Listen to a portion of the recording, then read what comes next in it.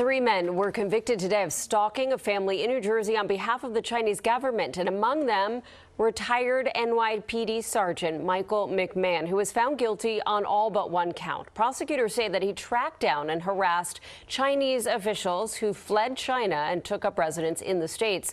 But lawyers say McMahon was working as a private investigator and had no idea that the Chinese government was behind the job.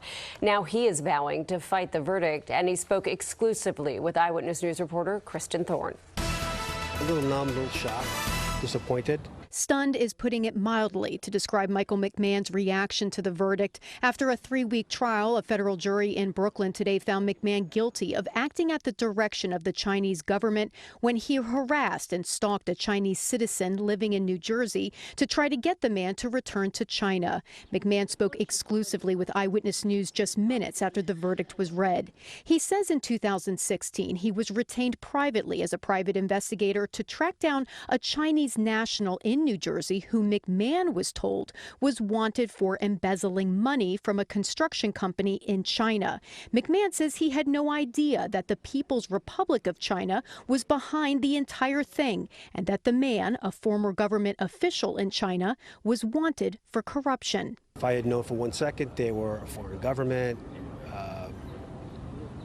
especially China, I would never have worked the case. I would have called the FBI. A jury also found McMahon guilty of stalking and obstruction of justice. U.S. Attorney Breon Peace, who brought the case, said, "We will remain steadfast in exposing and undermining efforts by the Chinese government to reach across our border and perpetrate transnational repression schemes targeting victims in the United States in violation of our laws." McMahon faces up to 20 years in prison, but he says his fight to prove his innocence isn't over yet. This is not how America should operate. Something needs to change. We filed an appeal.